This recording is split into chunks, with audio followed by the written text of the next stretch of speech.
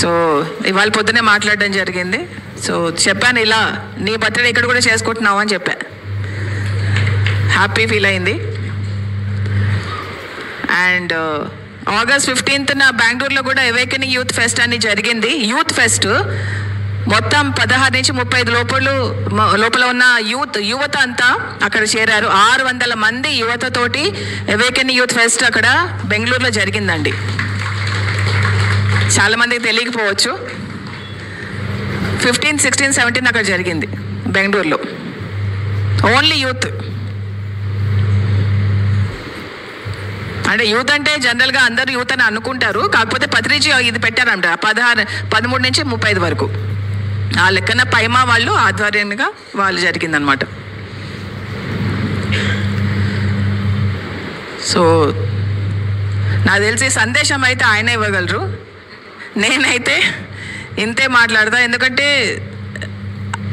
ప్రతి చోట ఆయన ఎనర్జీ అనేది పనిచేస్తుంది. ప్రతి చోట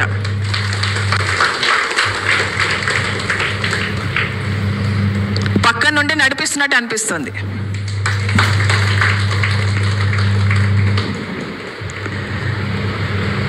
లేరు అనే భావన లేకుండా ఇక్కడే ఉన్నా, నువ్వు పద, నీతోడు ఉన్నా అని చెప్పేసి నడిపిస్తున్నారు.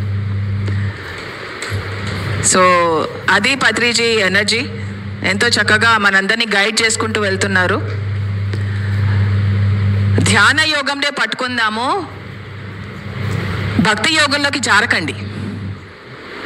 దయచేసి మీ అందరికీ విజ్ఞప్తి చేస్తున్నాను. ధ్యాన యోగంకి వచ్చేసాం, భక్తి యోగంలోకి జారకండి. మళ్ళీ భజనలు వద్దు. ఆయన ఏం చేశారో, ఆయన ఏం చెప్పారో దాన్ని పాటిద్దాం. భక్తి యోగంలోకి పోవకండి ఎవరు. పాటలు బాగున్నాయి, అన్నీ బాగున్నాయి, భక్తి యోగంలోకి జారకండి దయచేసి ఎవరు కూడా. సో అది ఒకటి చెప్దాం అనుకున్నాను. ఇంకేమన్నా గుర్తుకొస్తే ఆయన తర్వాత చెప్తాను నేను. So over to Srinivas Reddy గారు. ఈ లైట్ స్ట్రాంగ్గా ఉంది light. Yeah so the point is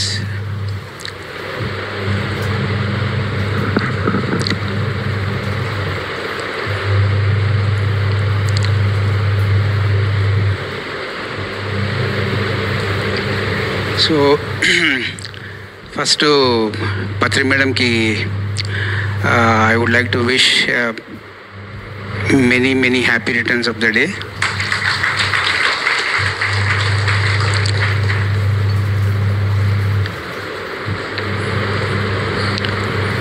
ఇంకా పత్రి గారు అంటే ఆయన దగ్గర ఇప్పుడు ఒకటే నేర్చుకుంటా. ఏదైతే లేటెస్ట్గా మనం ఆలోచిస్తుంటామో బై డిఫాల్ట్ అందరితో కలిసినప్పుడు ఆ మాటలు పంచుకోవాలి. సార్ ఎప్పుడు కూడా అదే చేస్తుంటారు. ఏమైతే ఆలోచిస్తుంటారో అవే స్టేజ్ మీద పంచుకుంటూ ఉంటారు. సో ఆ విధంగా ఒక 26th ఒక మంచి పుస్తకం రిలీజ్ అయింది. August 26 ఒక నైస్ బుక్. ఎవరైతే ఈ 4 ఒప్పందాలు 5వ ఒప్పందం ఆ బుక్ రాశారో డాన్ మిగెల్ రూయిస్ వాళ్ళ ఫ్యామిలీ నుంచి ఒక కొత్త బుక్ రిలీజ్ అయింది. ఆ బుక్ పేరు the poisoned arrow. So book అనగానే మాకు అలవాటు కదా, ఆర్డర్ చేసి తెప్పించుకొని చదువుకోవడం. చదివిన తర్వాత ఎంత 30-40 సంవత్సరాల నుంచి మెడిటేషన్ చేసి ఇన్ని పుస్తకాలు చదువుతున్నా కానీ ఆ పుస్తకం మొదలుపెట్టడమే ఒక బుద్ధుడు స్టోరీతో మొదలుపెట్టాడు. ఇప్పటివరకు నాకే తెలియదు ఆ బుద్ధుడి స్టోరీ. ఓహో, ఇది బుద్ధుడిని జీవితంలో జరిగిందా అని. అది నెమరేసుకుంటుంటే నాకు ఈ 40-45 years of pyramid spiritual society journey and Patriji గారి జర్నీ అంతా అర్థమైంది. అవగాహన ఇంకా బాగా అయిందనమాట. ఏంటి ఆ స్టోరీ అంటే, మీరు అందరూ ధ్యానం చేస్తున్నారు, కృషి చేస్తున్నారు, శాకాహార ర్యాలీ చేస్తున్నారు, కొట్లాడుకుంటున్నారు, అన్నీ బాగానే ఉన్నాయి. కానీ అసలు బుద్ధుడు చైతన్యం ఏం చెప్పింది అన్నది ఒకసారి బేసిక్ ఫండమెంటల్స్కి వెళ్తే ఒక కథ చెప్తాడు. ఓకే, ఒక మనిషి పోతూ ఉంటే ఎక్కడి నుంచో వచ్చి ఒక బాణం దాక్కుతుంది. ఏం దాక్కుతుంది? బాణం. ఫిజికల్ బాణమే, అంటే భౌతికంగా బాణమో, ఎవరో తిట్టినప్పుడు మన భావాలుకి తాకే బాణమో, వేరే వాడు మనల్ని తిట్టుకున్నప్పుడు వచ్చి వాని ఆలోచనలు ఒక బాణంలాగా మన మనసును దాకడము, ఇవన్నీ రకాల బాణాలే.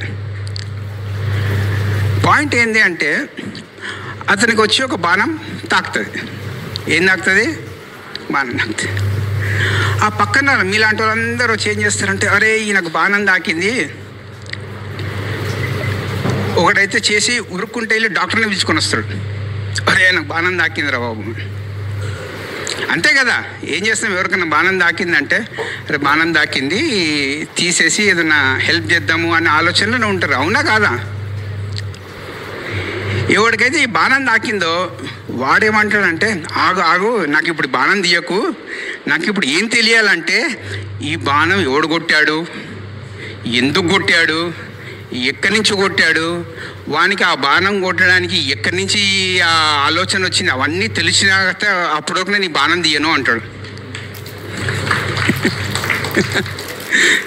అర్థమవుతుందా?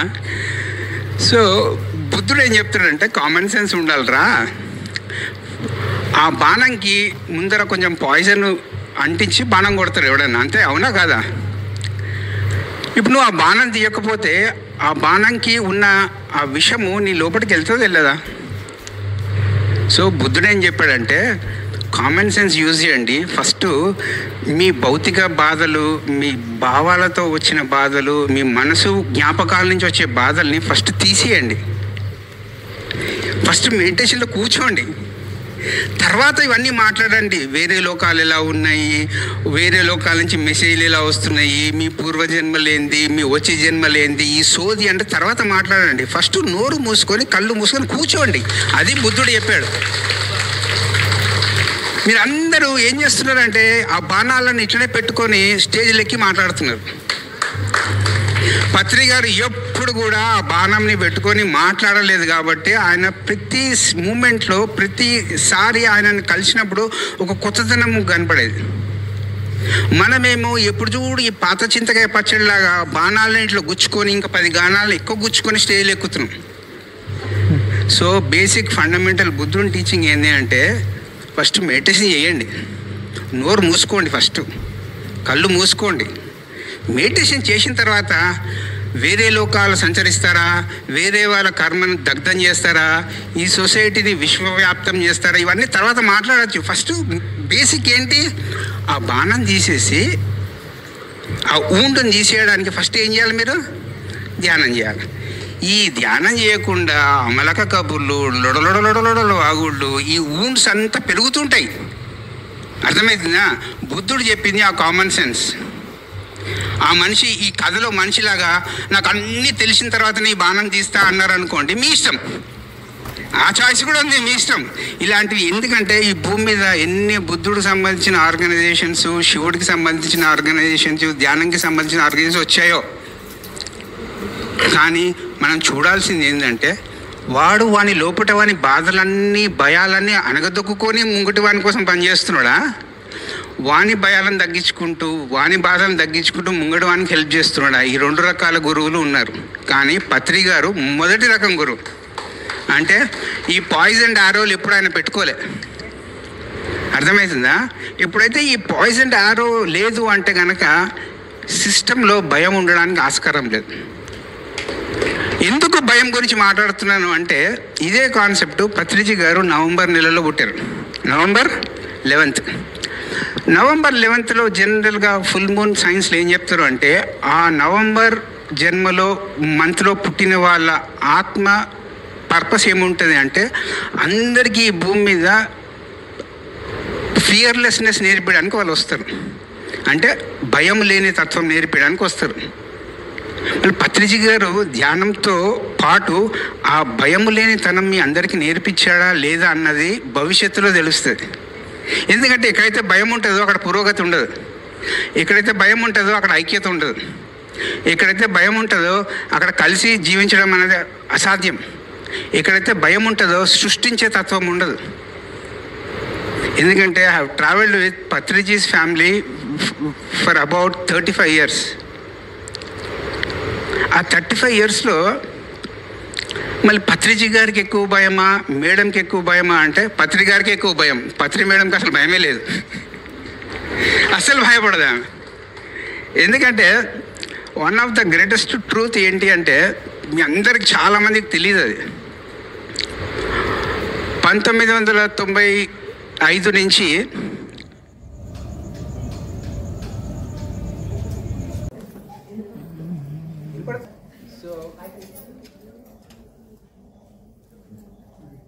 పత్రి గారి మీద ఎప్పుడు ఒక ఫస్ట్ నుంచి తెలిసి తెలియని వాళ్ళందరూ కూడా సారు ఫ్యామిలీని పక్కన పెట్టి తిరుగుతున్నాడు, అది పెద్ద అవాస్తవం, అసలు కాదు, ఇది అసత్యం అది.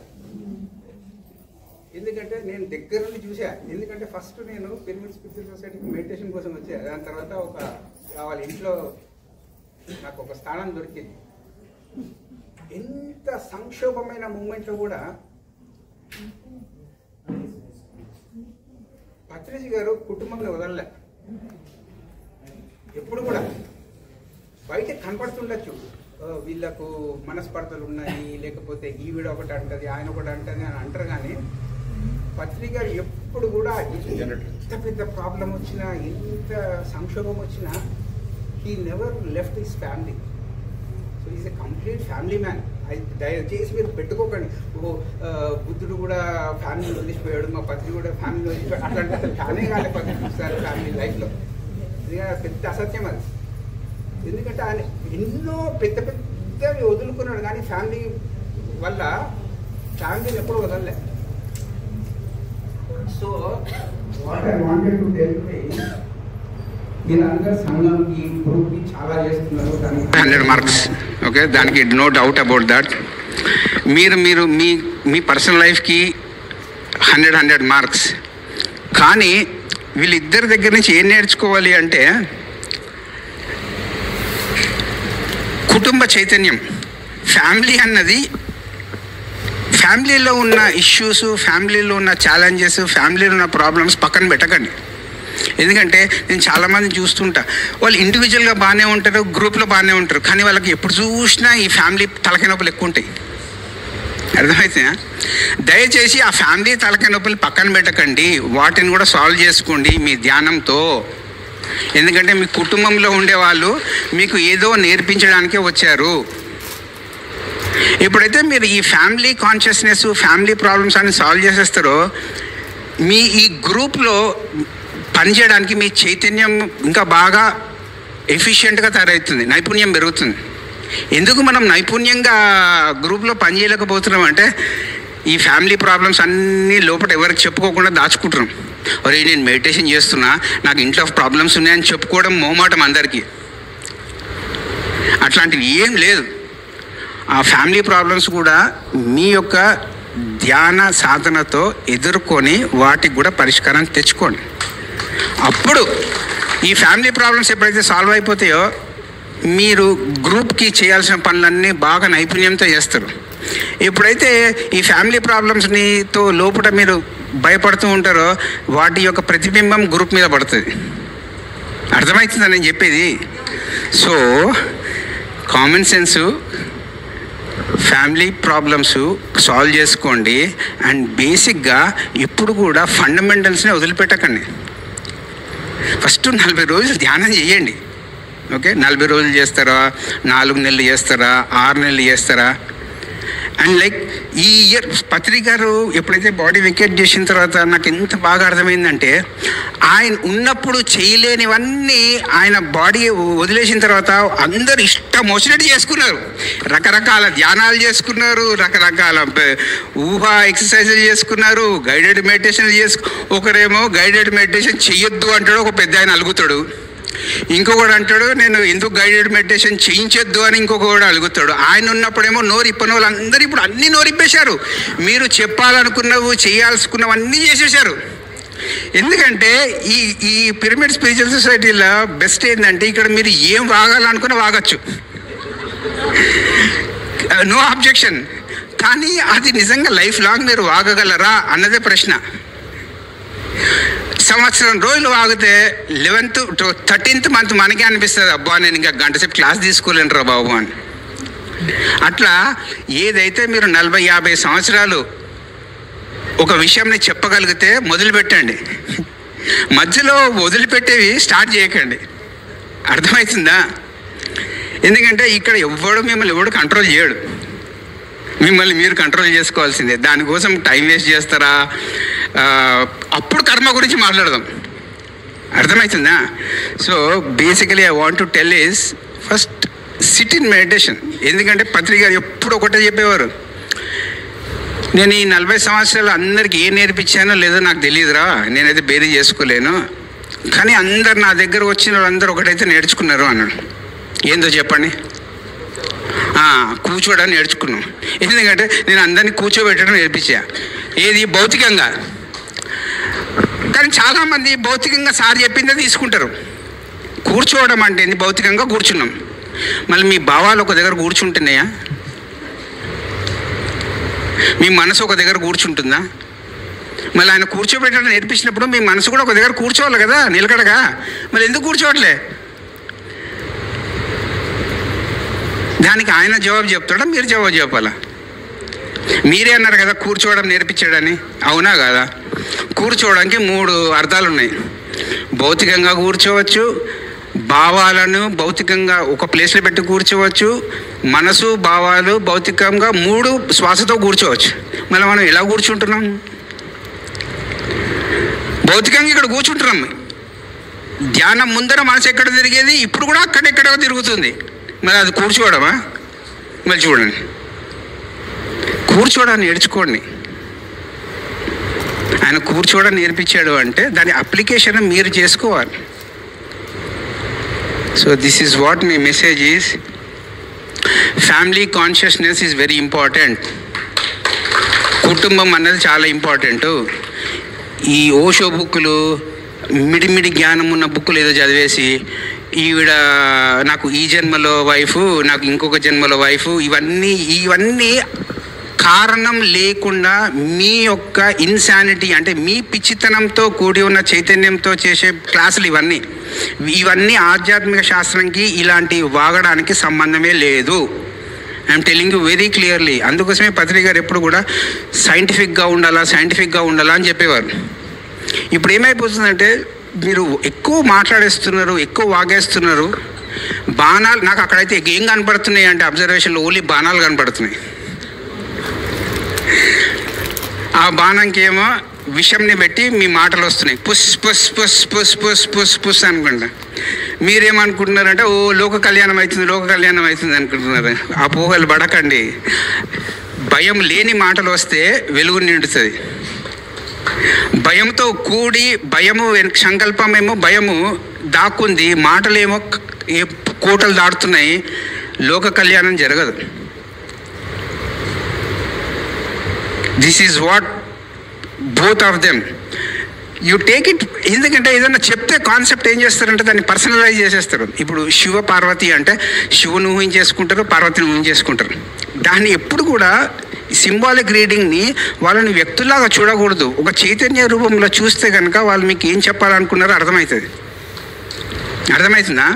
ఎందుకంటే నేను 95% లైక్ కొన్ని జీవితంలో సంఘటనలు ఎంత దగ్గర చూశానంటే, ఇంకా పత్రి సారు ఫ్యామిలీని డ్రాప్ చేసేసి ఈ విషయం మీద స్టాండ్ ఇలా తీసుకుంటారు అనుకునే రోజు కూడా ఈ అగైన్ రివర్స్డ్. లేదు ఫ్యామిలీ ఈజ్ ఇంపార్టెంట్ అని. It's very important. Family is very important. ఎందుకంటే మీరు ఒక జీవితంలో ఆత్మకు సంబంధించిన లెసన్స్ ఎవరి దగ్గర నేర్చుకుంటారు అంటే మీ జీవిత భాగస్వామి దగ్గర నుంచే నేర్చుకుంటారు. మీరు బయట వాళ్ళు ఎవరు నేర్పారు మీకు. మీ జీవిత భాగస్వామ్యో లేకపోతే మీ పిల్లల దగ్గర నుంచో మీ కుటుంబ సభ్యుల దగ్గర నుంచే you learn the highest soul lesson. సర్వీస్కి మాత్రం సంఘం ఉంది, కానీ మీకు నిజంగా మీ ఆత్మ ఎదుగుదలకు ఒక జీవిత పాఠం ఎవరు నేర్పిస్తారు అంటే మీ ఇంట్లోలే. అలాంటి ఇంట్లోలను ఒక బుద్ధుడి చైతన్యం ఉన్నవాడు ఎలా పక్కన పెడతాడు చెప్పండి? ఏమన్నా అది వక్రీకరించిన వాస్తవం కాకపోతే ఏమంటారు? So family relations are very important. ఊకే వాగుడు వాగకండి, వీళ్ళకి పడదు, వీళ్ళకి పడదు, ఇవన్నీ అసత్యాలు. ఓకే, మనస్పర్ధలు ఉంటాయి, లైక్ పాయింట్ ఆఫ్ వ్యూస్ అంగీకరించారు, కానీ ఫైనల్గా మాత్రం they have to stay together. అప్పుడే మీకు ఈ థర్డ్ ఐ అన్న చైతన్యం దగ్గరకు వస్తారు. ఇంట్లో నీ మాట నీ వైఫే వినదు, నీకు థర్డ్ ఐ ఓపెన్ అయితే ఏంది, ఓపెన్ కాకపోతే నాకేంటి చెప్పండి? నువ్వు ఎవడో అయితే నాకేంది చెప్పు. నీకు బ్రహ్మరంధ్రం ఓపెన్ అయింది, కానీ నీ ఇంట్లో నీ మాటనే నీ పిల్లలు వినరు, ఏం ఉపయోగం చెప్పండి? సో చూడండి, బాణాలు భయము, ఆ బాణంకి తాకి ఉన్న విషము. ఆధ్యాత్మికతలో విషానికి ప్లేసే లేదు, ఉంది అంతా తేనె పదార్థమే ఆధ్యాత్మికత అంటే. స్పిరిచువాలిటీ అంటే స్వీట్నెస్. స్పిరిచువాలిటీలో పాయిజన్కి ప్లేస్ లేదు. మెడిటేషన్ చేస్తే పాయిజన్ ఉండడానికి ఆస్కారం లేదు. ఒక రిలేషన్షిప్ ఇద్దరి మధ్యలో సత్సంబంధంలో పాయిజన్ ఉండడానికి ఆస్కారం లేదు. ఇవన్నీ ఉన్నాయి అంటే కనుక మనం ఎక్కడో ధ్యానం సాధనలో ఎక్కడో ఇంకా మన ప్రయత్నం తగ్గుతుంది అని అర్థం. This is what are my observations. వీళ్ళిద్దరిని ఇప్పుడు పత్రి సార్ని, పత్రి మేడంని 94 ఆ టైం నుంచి అబ్జర్వ్ చేస్తున్నప్పటి నుంచి నాకు తెలిసిన నా యొక్క అబ్జర్వేషన్స్ మాత్రం చెప్తున్నాయి. అర్థమవుతుందా? ఏమర్థమైందో? ఓకే, సో వన్స్ అగైన్ ఇంకేమైనా మాట్లాడాలా? ఇంకేమైనా ఉందా? పూలా ఇంకా ఏమో నాకు టైం చెప్పరు. టైం చాలా నువ్వు మాట్లాడు. సరే అయితే ఓకే. ఇంకేమంది మాట్లాడడానికి? సో పత్రి గారికి ఎక్కువ ఫండమెంటల్స్ అంటే ఇష్టం. అర్థమవుతున్నాయా? ఎప్పుడు కూడా ఒక బిల్డింగ్ కట్టాలంటే పునాదులు గట్టిగా ఉండాలి. పునాదులు గట్టిగా ఉంటే ఫస్ట్ ఫ్లోర్ ఎలా ఉంది, సెకండ్ ఫ్లోర్ ఎలా ఉంది, ఇవన్నీ అసలు దిగులు పడాల్సిన అవసరం లేదు, ఆందోళన పడాల్సిన అవసరం లేదు.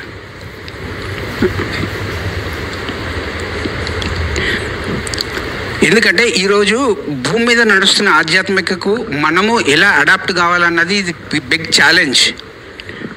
ఎందుకంటే ప్రతి ఒక్కడు ఏదేదో మాట్లాడుతున్నారు. వాళ్ళు మాట్లాడుతున్నారు అని చెప్పి మీరు విన్నారనుకోండి, మీరు ఎంత అడిగించుకోగలరో మీకు తెలిస్తే వినండి, లేకపోతే వాళ్ళు చెప్తూనే ఉంటారు. మీకు అడగలేదు, ఓకే, మీరు ఎక్కువ వినేశారు. ఇప్పుడు ఉదాహరణకు ప్రతి మనిషికి ఒక శాటిలైట్ నుంచి వచ్చే ఇన్ఫర్మేషన్ పాస్ అవుతుంది మీ యూట్యూబ్ ద్వారా, మీ ఇంటర్నెట్ ద్వారా, మీ సోషల్ మీడియా ద్వారా. మనము ఒక పారాగ్రాఫ్ చదివి ఆ పారాగ్రాఫ్ అర్థం చేసుకోవడానికే ఒక రోజు పట్టేది. ఒక శాటిలైట్ నుంచి వచ్చిన ఇన్ఫర్మేషన్ అంతా మీ బుర్రలో డౌన్లోడ్ చేసుకుంటున్నారు. టప్ టప్ టప్ టప్. ఇక్కడ చూడు యూట్యూబ్, ఇది యూట్యూబ్, ఆ యూట్యూబ్ డౌన్లోడ్ చేసుకోవడం, చూడడం. ఆ చూసింది స్టేజ్ ఎక్కగానే వడవడ బాగటం. మీరు ఎరుకతో మాట్లాడుతున్నారా? ఆ విన్నది అర్థం చేసుకొని దాన్ని సింప్లిఫై చేసి ముంగటి వాళ్ళ టైంని సేవ్ చేసి మీరు మాట్లాడుతున్నారా? ఇవన్నీ సేవలో ఇవన్నీ పరిగణనలు తీసుకుంటారు. సర్వీస్ అన్న పదము చాలా పెద్ద పదం. అది మీరు అన్నట్టు ఏదో చేసేయగానే మీకు సర్వీస్ మెడల్ ఇయ్యరు. సర్వీస్ అన్నది చాలా పెద్ద వర్డ్. ఎందుకు సర్వీస్ అనే పదం మీద అందరు క్లాసులు తీసుకుంటలేరు అన్నది మిమ్మల్ని అడుగుతున్నాను నేను. ఎప్పుడు మూడో కన్ను, సూక్ష్మ శరీర యానము, ఇంకా ఏమో యానాలు ఉంటాయి మీకు, ఏవేవో యానాలు చేస్తున్నారు. ఎందుకు సేవ మీద క్లాసులు తీసుకుంటలేరు? టాపిక్ నచ్చదా మీకు? లేకపోతే ఎవడు అవార్డు ఇయ్యాడా? చెయ్యాలా? ఇవే సార్కి ఇష్టము. సేవ అంటే ఏంటి? సేవ మీద పుస్తకం రావాలా?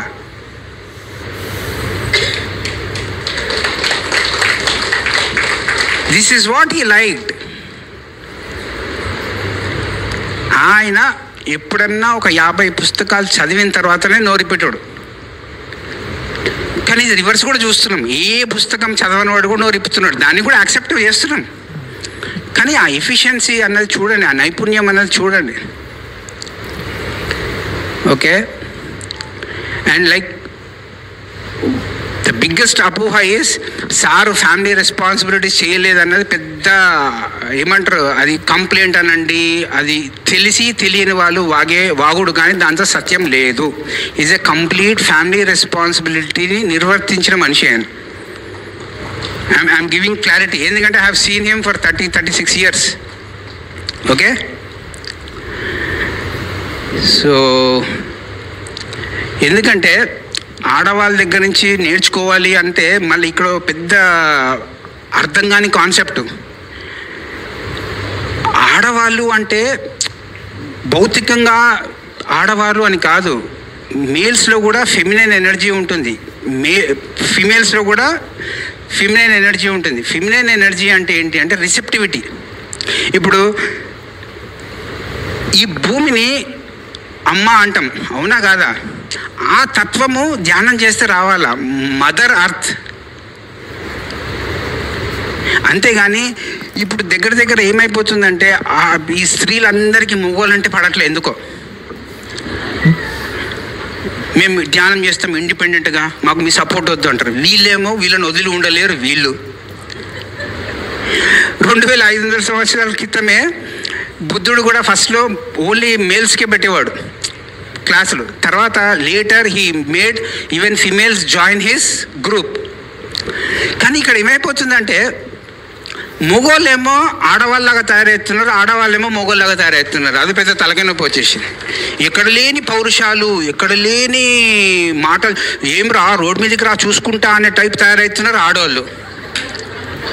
అరే మా ఆవిడ ఈ ధ్యానంకి వెళ్ళి ఏమైపోతుందో, నేను నాకు వండి పెడుతుందో లేదో అని ఆడవాళ్ళలాగా సెంటిమెంటల్ అయిపోతున్నారు మగవాళ్ళు. This is happening through out the world. There I see a complete conflict between males and females. And దీన్ని ఎవరు అడ్రస్ చేయట్లే. మంచిగా ఈ స్టేజ్ మీద ఎక్కిన వాళ్ళు ఈ ఇద్దరి మధ్యలో పుల్ల పెట్టేసి వాళ్ళ వ్యాపారం వాళ్ళు చేసుకుంటున్నారు.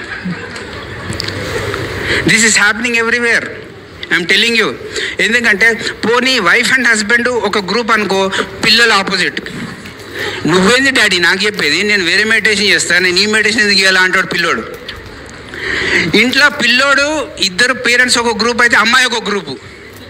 చూడండి, మనం ఇంట్లోనే 4 గ్యాంగులను మెయింటైన్ చేస్తున్నాము, బయటకు వచ్చి ఇన్ని గ్యాంగులలో ఏడబతుకుతాం చెప్పండి. ఇంట్లో పెద్దమ్మాయి రంపా చదివితే చిన్నమ్మాయి ఓషో చదువుతుంది. మూడో వాడు ఏమంటాడంటే రిచర్డ్ బ్యాక్ అంటాడు. వీళ్ళందరికీ ఇన్ఫర్మేషన్ ఎవడు అందిస్తున్నాడు అంటే మనము. ఏంటంటే మనకు తెలిసింది ఉంది పేర్లే. వాళ్ళు నిజంగా వాళ్ళ జ్ఞానం ఏం చెప్పారు, మనకి ఎంత అర్థమైంది, ఎంత అరిగించుకున్నాము, ఎంత జీవితంలో అప్లికేషన్ చేసినాం అన్నది సున్నా. So I see this big conflict. ఎందుకంటే భయానికి ఒకే ఒక విరుగుడు ఉంది. ఆ విరుగుడు ఏంటి అంటే ట్రస్ట్. ట్రస్ట్ అంటే నేను మిమ్మల్ని నమ్మినట్టు కాదు. పత్రి గారు మిమ్మల్ని అందరూ ఎంత నమ్మారు అంటే ఆయన విశ్వంని ఎంత నమ్మారో మిమ్మల్ని అంత నమ్మారు. మనమేమో పక్కనోనే నమ్మం. నిజంగా చెప్తున్నాం, మనం పక్కనోనే నమ్మం, ముంగటోని అసలు నమ్మం. ఆయన నమ్మినామని మాట్లాడతాం మేము మైక్ ఇచ్చినందుకు. ఆయన మాత్రం ఏం చేశాడు, మిమ్మల్ని అందరినీ నమ్మాడు. మళ్ళీ చూడండి, ఆయన భయపడ్డా మిమ్మల్ని అందరినీ చూసి నమ్మాడా అన్నది మీకు తెలుసు. సో నమ్మకం అన్న పునాది మీద నడవాలా, లేకపోతే నడవదు. ఎక్కువ అంటే 10 years నడుస్తారు, తర్వాత అందరు వేరే సొసైటీకి పోతారు. I'm telling you, if trust is not there. Trust faith లేకపోతే ఆధ్యాత్మికతలో భయం అన్నది హిమాలయలా కనపడుతుంది. So please do address. I'm telling you, there is nothing like మహిళా ధ్యాన యజ్ఞం ఆర్ పురుష ధ్యాన యజ్ఞం. అక్కడ మహిళా ధ్యాన యజ్ఞం అంటే రిసెప్టివిటీ, అంటే ఎంత రిసీవ్ చేసుకుంటున్నాము, ఎంతగా అరిగించుకుంటున్నాము అంతే. మహిళ అంటే నాట్ భౌతికంగా జెండర్ వైజ్డ్ మహిళ, రిసెప్టివిటీ. అర్థమవుతుందా? మళ్ళీ ట్రస్ట్లో ఆడవాళ్ళు లేరేంది, ఈ సోది మాటలు అన్నీ మాట్లాడతారు. ఎందుకంటే మీకు ఎలాంటి గురువు కావాలంటే మిమ్మల్ని ఏమనద్దు, మీ అహంకారాన్ని ఏమనద్దు, మీరు చెప్పినవన్నిటికీ ఊగొట్టాల. ఇది మనం రాజకీయ వ్యవస్థ నడిపిస్తున్నామా, ఆధ్యాత్మిక వ్యవస్థలో కలిసి ఉంటున్నామా? చూడండి, these things are clearly there in our society. Please address this issues, conflicts. ఆడవాళ్ళలాగా ఉండాలి అంటే మీరు ఆడవాళ్ళలాగా ఉండాలంటే ఏంటి సార్ అట్లా మాట్లాడతారంటారు స్టేజ్ దిగంగానే. మీరు చేసే పనులు మీరు చేయండి, వాళ్ళు చేసే పనులు వాళ్ళు చేస్తారు. ఇక్కడ ప్రాబ్లం ఏమవుతుందంటే మీరు చేసే పనులలో వాళ్ళు దూరుతారు, వాళ్ళు చేసే పనులలో మీరు దూరుతున్నారు. మళ్ళీ క్లాసులు దేని మీద మాట్లాడతాం? ధర్మం అంటే ఏంది? ధర్మము అంటే బేసిక్ డ్యూటీ అంటే మనకిచ్చిన పని ఏంటి? ఆ పని చేసేవాడు ఒక 20 years ఆ పనిలో చేసి నైపుణ్యం పెంచుకున్న తర్వాత ఆయన ప్రమోషన్ వస్తుంది. అది డ్యూటీ టు ధర్మ అంటే. మీరు ఇంటి డ్యూటీలో ఆయనకు పొద్దున కాఫీ ఇయ్యరు, ఇక్కడికి వచ్చి ధ్యాన చక్రంలో వడ్డిస్తా అంటారు. ఎట్లయితుంది? ఆయన చూసి నాకు ఇంట్లో ఆమె కాఫీ కూడా పెట్టియదు, అక్కడేమో 6 గంటలు నిల్చొని టొంగు వడ్డిస్తుంది అన్నది కంప్లైంట్ ఆయనకు. ఆయన ఒక్కరోజు పిల్లల్ని స్కూల్లో దింపడు, కర్తాలకు వచ్చి December 21st 31st సార్ నేను దింపుతా సార్ మిమ్మల్ని కర్తాలకి, సార్ మిమ్మల్ని నేను ఎక్కిసుకొస్తా సార్ కర్తాల నుంచి పిరమిడ్కి అంటాడు. అరే ఈయనకి ఎక్కడే ఇది దాక్కున్న కరుణ ఇక్కడి నుంచి వస్తుంది అని వాళ్ళ ఆవిడ చూసి యూట్యూబ్లలో షాక్ దింతుంటుంది. మీరేమనుకుంటారు? మీ చేసే డ్యూటీని ఎవరు చూడట్లేదు అనుకుంటుంటారు. అక్కడ యూట్యూబ్ ఉంది, ఆ యూట్యూబ్ లైవ్లో చూస్తుంటుంది మీ ఆవిడ మీ ఆయన. ఇంట్లో ఏమో 11 hours కళ్ళు మూసుకొని కూర్చుంటుంది, ఆవిడేమో డుంగుడు వడ్డిస్తుంది అనుకుంటుంటాడు ఆయన. చూడండి, 90% ఆఫ్ ఆర్గనైజేషనల్ ప్రాబ్లమ్స్ ఎప్పుడు సాల్వ్ అయితే తెలుసా? మీ పని మీరు చేసుకొని పక్కన పనిలో దూరకపోతే. అది చేస్తున్నామా? ఎప్పుడు మేడం వచ్చేది 1990 నుంచి సార్ చేసే ప్రతి పనిలో మేడం దూరేది. చూశాడు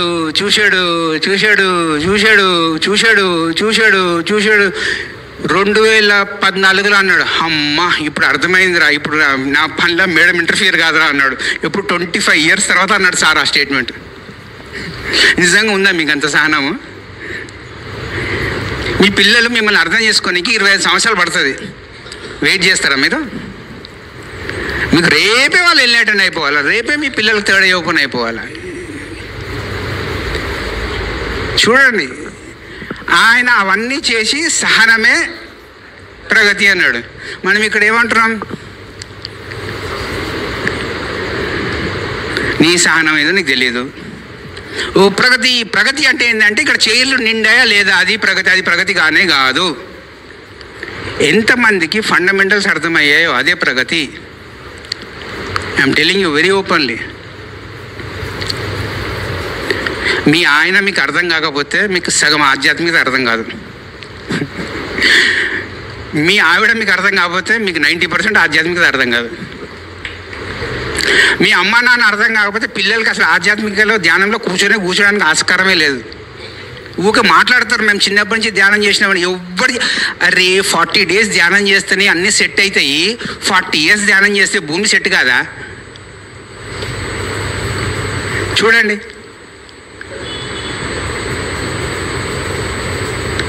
this reprimanding is what is not there. Patri sir ఉంటే మొట్టికాయలు పడేవి. పత్రి సార్ బాడీలో లేనప్పటి నుంచి ఇష్టం వచ్చినట్టు నాటకాలు ఆడుతున్నారు, మొట్టికాయలు పడతలేవు మీకు. పోనీ మిమ్మల్ని మీరు మొట్టికాయలు వేసుకుంటారా అంటే, అమ్మ వేసుకునే ముంగటోనికే కొడతాం మొట్టికాయలు, మాకు కొట్టుకోమంటారు.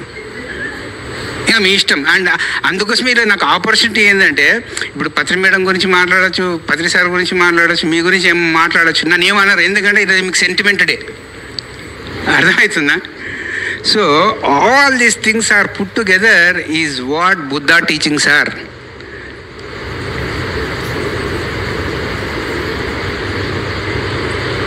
బుద్ధుడు ఎప్పుడు కామన్ సెన్స్ గురించి చెప్పాడు. బాణం తీయండి, ఆ బాణంకి అంటుకున్న భయాన్ని భౌతికంగా ఫస్ట్ తీయండి.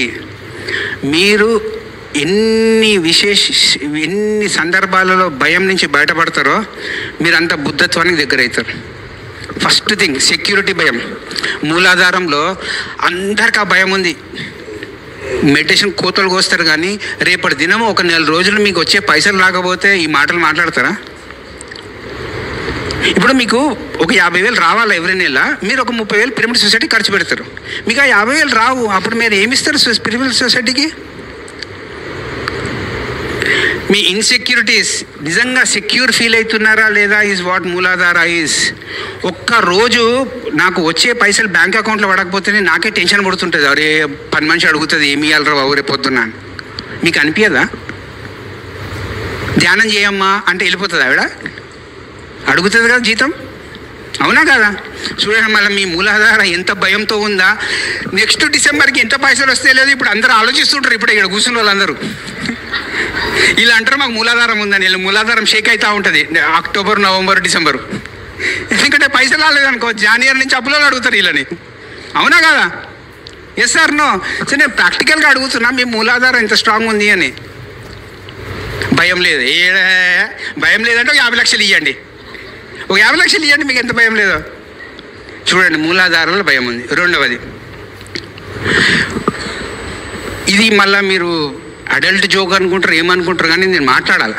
ఎందుకంటే ఒక వైఫ్ అండ్ హస్బెండ్ బెడ్రూమ్లో ఎలా ఉంటారో బయట వేరేలాగా ఉంటారు. ఎంటైర్ భూమి మీద ఈ ఆధ్యాత్మిక సంస్థలు అన్ని sexuality related ప్రాబ్లమ్సే.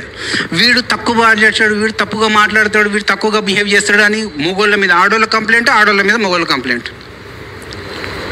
There is a beautiful book called Buddha in the bedroom. బుద్ధుడు బెడ్రూమ్లో ఎలా ఉంటాడు తెలుసా? బుద్ధునిలాగానే ఉంటాడు. మనము బెడ్రూమ్లో ఒకలాగా ఉంటాం, బయటికి రాగానే ఒకలాగా ఉంటాం. అన్నీ మొగోళ్ళు అంటే ఎవరికి అర్థం కాదు. ఎందుకంటే వాళ్ళు బెడ్రూమ్లో మాత్రం చాలా మంచోళ్ళలాగా ఉంటారు, బయటకు వచ్చి వాళ్ళ నాటకాలు వాళ్ళు ఆడతారు. All problems are because of sexualities, స్వాదిష్టాన చక్కెర ప్రాబ్లమ్స్. ఎవరు మాట్లాడతలేడు.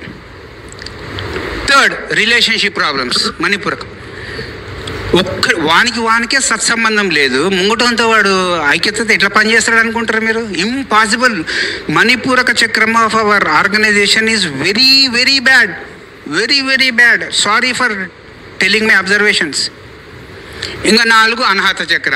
నిజంగా చెప్పండి, నేను 2012లో ఒక బుక్ తీశాను, హృదయ జ్వాల అని.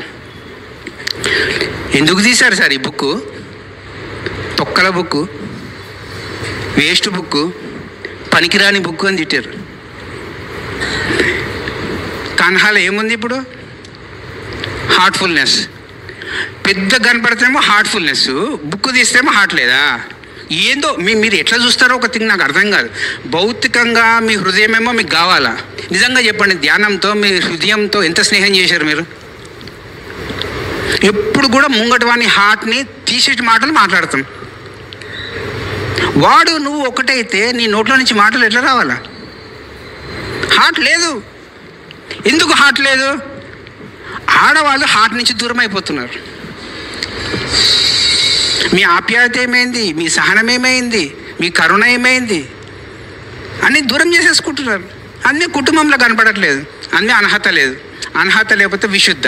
ఇంకా విశుద్ధ వస్తే ఏమన్నా మాట్లాడు, వాడు వెళ్ళిపోయే లోపల పర్సు తీసి జోబులోకి వెళ్ళి పైసలు తీసి నాకు ఇవ్వాలి. అందుకోసం మాట్లాడతాను నేను. గొంతు, ఈ గొంతు ముంగటి వాడిని ఒక దైవత్వంకి దగ్గర చేసేటట్టు మాట్లాడాలన్నా, వాడిని పర్సు కోసం మాట్లాడాలన్నా? విశుద్ధ. మరి దీనికి ఎన్ని మార్కులు వేసుకుంటారో వేసుకోండి. ఎన్ని భయాలు ఉన్నాయో. డాక్టర్ దగ్గర పోతే కూడా మనకున్న రోగం గురించి డాక్టర్కే చెప్పం మనం, అంత భయస్త్రం. తలనొస్తుంది అంటే లేదు సార్ ఒక్క 10 నిమిషాలే వచ్చింది, మిగతా టైం అంతా బాగుంది. ఆ డాక్టర్ నీకు ఏం మంది రాసిస్తాడు? ఇంకా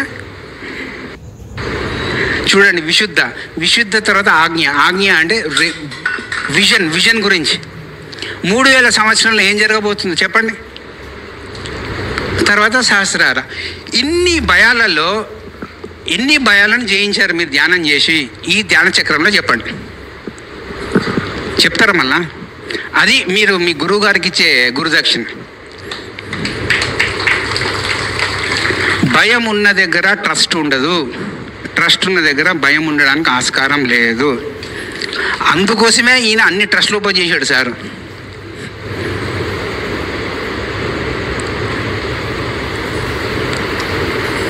సరే అయితే ఓకే. సో ఇది మీరు మాట్లాడుతూనే ఉంటాం అలా. ఇది పత్రిక గారు నేర్పించింది. అంతేగాని గురువు బోధనలు 2 ఇంపార్టెంట్. అర్థమైందా? లేకపోతే ప్రకృతి ఏం చేస్తుంది అంటే వచ్చి లేపుతుంది మిమ్మల్ని, నిద్ర మస్తు మాట్లాడినరా లెయ్యనరా అని టపక్కని కొడుతుంది. అర్థమైందా? సో ధ్యానం అన్నది, స్వాధ్యాయం అన్నది, సజ్జన సాంగత్యం అన్నది ఒక ఫైర్ లాంటిది. దయచేసి ఆ మంటకి కరెక్ట్గా వాడుకోండి, వంటకు వాడుకోండి, వెచ్చదనానికి వాడుకోండి. బాగుంది కదా అని కౌగులించుకున్నారు అనుకుంటే కాలిపోతారు. అర్థమవుతుందా? Thank you, thank you, thank you.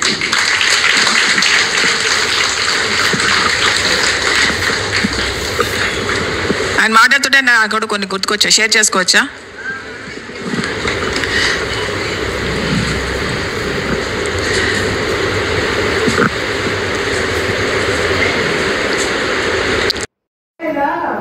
ఏం వింటున్నాం అనేది మాకు నచ్చింది వింటున్నామా, మనకి ఇంపడే వింటున్నామా? సో మనందరం పత్రిక చెప్పి చేస్తాం, అవునా కదా? ఓకే, ఒక ఎగ్జాంపుల్ చెప్తాం. ఓకే, ఏం జరిగినా భూకంపం వచ్చినా ధ్యాస ఎక్కడ ఉండాలి? ఎవరు మాట్లాడుతున్నారు వాళ్ళ మీద ఉండాలి ధ్యాస. ధ్యాస మళ్ళుతోందంటే శ్రద్ధగా వింటున్నట్ట, విన్ననట్ట. అది. సో ఒక సంఘటన వచ్చింది, సేమ్ ప్రాబ్లం తోటి పేరెంట్స్ పిల్లలు వచ్చారు. ఒకటే ప్రాబ్లం, పేరెంట్స్ పిల్లలు వచ్చారు. వాళ్ళకి ఏమన్నా అంటే మీ పేరెంట్స్ స్టూపిడ్ అయ్యా, వాళ్ళ మాటలు వినకు అని పిల్లలు చెప్తారు. ఓకేనా? మళ్ళీ ఇంకో ప్రాబ్లం తోటి మళ్ళీ పేరెంట్స్ పిల్లలు వస్తారు పత్రిక దగ్గరికి. ఏ పిల్లలు, you are stupid, listen to your parents అంటాడు. మీ తల్లిదండ్రుల మాట మీరు వినండి పిల్లలు అని చెప్తే అంటాడు. రెండిట్లో ఏది కరెక్ట్? రెండు కరెక్టేనా? ఓకే, ఇప్పుడు వీళ్ళకి పత్రిక ఏం చెప్పారు? యువర్ పేరెంట్స్ ఆర్ స్టూపిడ్ అంటాడు. అవును, ఓకే. సో అందరూ పేరెంట్స్ స్టూపిడా? వీళ్ళేం చేశారంటే పత్రిజీ నాకు ఇది చెప్పారు కాబట్టి ఆల్ పేరెంట్స్ ఆర్ స్టూపిడ్ అని వీళ్ళు నమ్ముకుంటూ కూర్చుంటారు. ఓకే, వీళ్ళకేం చెప్పాడు ఆయన? చిల్డ్రన్ ఆర్ స్టూపిడ్ అన్నాడు. సో చిల్డ్రన్ స్టూపిడ్ అంటే అందరూ చిల్డ్రన్ స్టూపిడా? కాబట్టి వీళ్ళకేం చెప్పాడంటే ఆల్ మీరు స్టూపిడ్ కాబట్టి ఆల్ చిల్డ్రన్ స్టూపిడ్ అని పత్రిజీ చెప్పారని అంటారు. సో ఏది రైట్, ఏది రాంగ్ చెప్పండి అయ్యా? ఏది రైట్, ఏది రాంగ్? ఆయన ఏది చెప్పినా సమయం సందర్భం బట్టి చెప్తారు. సమయానికి తగు మాట్లాడాను అని చెప్పేసి ఆయన అది ప్రాక్టీస్ చేశారు. అంటే ఇది తప్ప, ఇది తప్ప. ఇదే జూమ్లో సెషన్ అవుతుంటుంది, ప్రశ్న తీసేస్తారు, సమాధానం ఒక్కటి పెడతారు, పెట్టి ఆ ఒక్కటే సమాధానం అన్నిటికీ వర్తిస్తుంది అని అంటాం. అది రైటా రాంగ్? అది సో మనం ఏమంటాం? మనకు నచ్చింది మనం చేస్తూ పత్రిజీ చెప్పారని అంటాం. ఏమంటాం? మనకు నచ్చింది మనం చేస్తాం. పత్రిజీ ఎన్నో చెప్పారు, అన్నీ పాటిస్తున్నామా? మనకు నచ్చింది పాటిస్తున్నాం. ఎందుకు ఇలా చేస్తున్నాయి అంటే పత్రిజీ చెప్పారు కాబట్టి చేస్తున్నాను, మిగతావన్నీ సంగతి గోయిందా. సో ప్రతిదానికి పారాడాక్స్ అనేది ఉంటుంది. సమయం సందర్భం బట్టి ఆ ధర్మం అనేది మారుతూ ఉంటుంది. ఇప్పుడు ధూళిపూడి చంద్రశేఖర్ని నేను చంపేస్తే ధర్మమా అధర్మమా? అయ్యో డౌటా? అదే కృష్ణుడు మహాభారతాలు చంపితే చంపమని చెప్తే ధర్మమా అధర్మమా? చెప్పండి. మరి ఎందుకు మారింది? సమయం సందర్భం కాంటెక్స్ట్ అన్ని పరిగణలోకి తీసుకుని మనము వెళ్ళాలి. అన్నిటికీ జనరల్ రూల్ ఉండదు, పారాడాక్స్ అనేది పాటించాలి.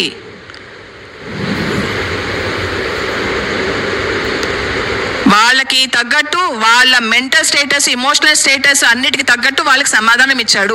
వీళ్ళకి కూడా వీళ్ళ mental status, karmic status, emotional status బట్టి ఆయన వాళ్ళకి సమాధానం ఇచ్చాడు. ఏది కరెక్టు?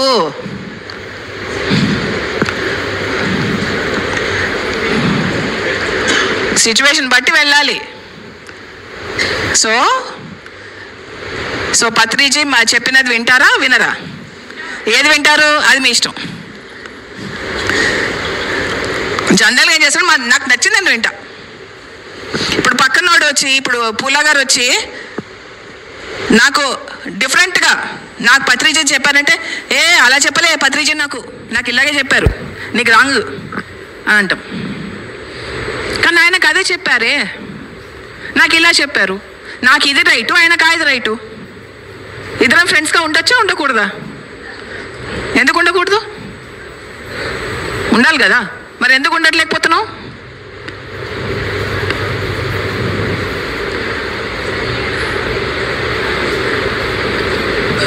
సరైన ఆలోచన లేకపోతే, సరైన భావనలు లేకపోతే, సరైన వాక్కు లేకపోతే. అర్థమవుతుందా? ఏమో ఆయన ఒకసారి అన్నారు, నా నోట్లోంచి ఏవైతే మాటలు వస్తున్నాయో దానికి నేను బాధ్యత వహిస్తాను, మీరు ఎలా అర్థం చేసుకుంటారో దానికి నేను బాధ్యత వహించను అన్నారు. అన్నారా లేదా ఆయన? మరి మీకు ఎలా అర్థమవుతుందో దానికి నేను బాధ్యురాలిని కాదు, నేను చెప్పిన దానికి మాత్రం ఇదే బాధ్యురాలిని. ఓకే. సెకండ్, ఈ టేబుల్ అంతా ఉంది, ఎంత చక్కగా ఉంది కదండి. Thanks to madam. సార్ ఎవరు? ఒకసారి చేతుల్లో పండి. థ్యాంక్ యూ మేడం, చాలా బాగుంది. ఇదే శాకాహారం, ఇదే శాకాహారం అంటే. కానీ నాకు ఒక్కటి నచ్చలే, పూలు పెట్టడం నచ్చలే. పూలు తెంపడం పత్రిజీకి ఇష్టం లేదు. ఇదొక్కటి నా రిక్వెస్ట్. ఓకే. ఇవన్నీ అవసరం, అది అనవసరం, డెకరేషన్ కోసం వద్దు. వీటన్నిటిలో ఇవన్నీ సిరిధాన్యాలు, పళ్ళు, కూరగాయలు అన్నీ ఉన్నాయి. పాలు ఉన్నాయా? ఎందుకు పెట్టలేదు? శాకాహారం కాదా అది? కాదా శాకాహారం అది?